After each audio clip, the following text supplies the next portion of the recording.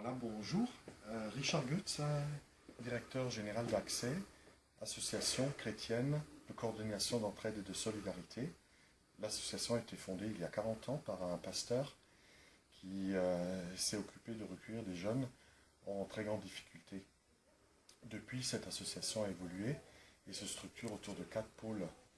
Le premier qui est l'insertion, qui s'occupe de personnes en très grande difficulté pour les héberger et les accompagner.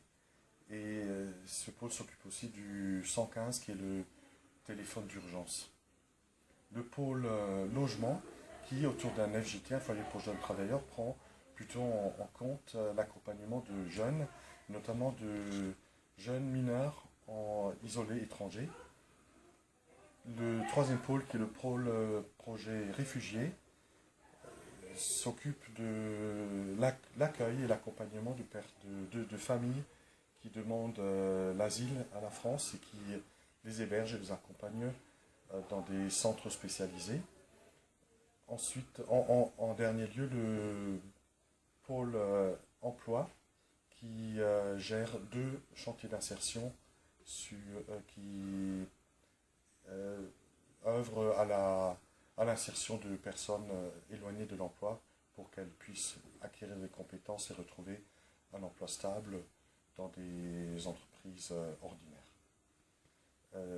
Le slogan d'Accès, c'est « Accueillir pour insérer ».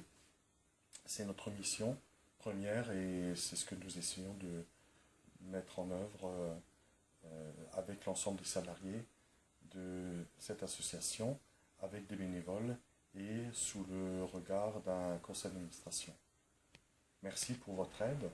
Nous avons besoin de l'aide et l'appui et le soutien en interne mais aussi en externe des chrétiens qui se mobilisent pour nous et pour les personnes dont nous avons la charge. Un grand merci. La gare de Mulhouse, à la nuit tombée, accueille un autre public que des voyageurs.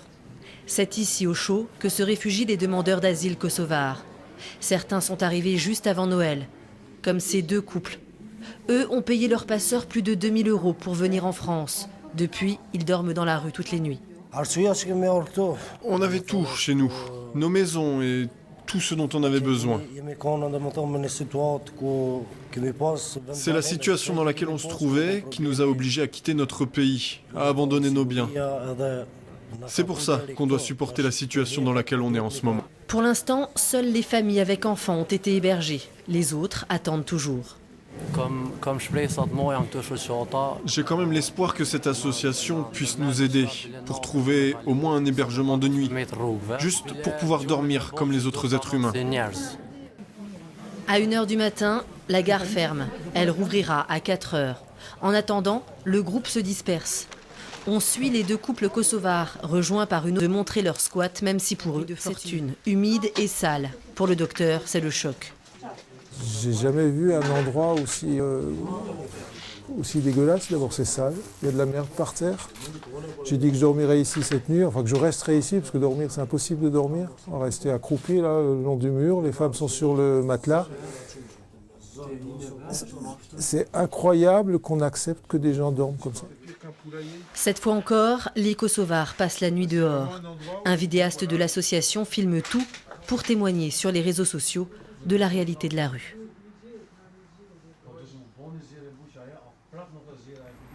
Et nous voici devant le service Dom-Asile. C'est une plateforme départementale qui accueille les migrants qui sortent de la gare ou qui viennent depuis les rues de Mulhouse pour trouver une aide administrative et notamment une orientation vers un lieu d'hébergement, puisque la plupart des gens arrivent sur le territoire français et ont besoin, dès les premières heures, de trouver un endroit pour dormir le soir et pour manger le midi. C'est dans ce service, avec cette équipe, que l'on va s'occuper de tous ces étrangers, notamment les Syriens qui fuient les zones de guerre.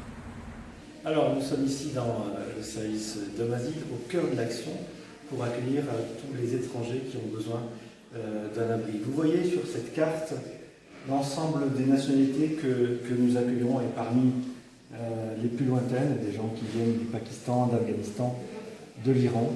Et pour ces dernières semaines, évidemment, des personnes qui viennent de Syrie et qui fuient la guerre.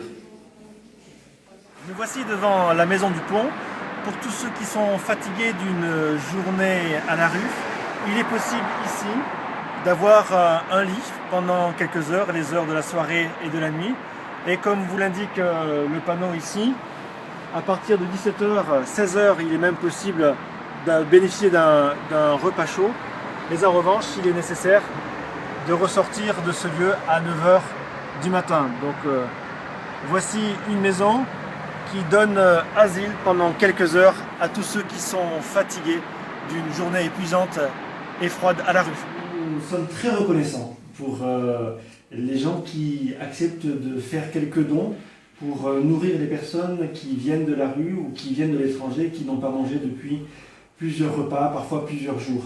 Merci en particulier à tous ceux qui ont participé à ce don pour les barres de céréales, que vous connaissez certainement, des barres de céréales de chez Amouin, qui rendent bien service, qui sont très énergétiques et qui permettent aux gens de repartir parfois à la rue, mais au moins avec quelque chose à grignoter durant la journée. Notre stock n'est pas très épais, mais ça permet de donner une petite collation à tous ceux qui ont vraiment faim quand ils arrivent chez nous. Nous sommes heureux du partenariat qui se développe en ce moment, et depuis quelque temps avec Herbrecht Organisation, qui, au travers de dons en nature, nous permet d'accéder à des produits fort utiles pour les personnes que nous accompagnons.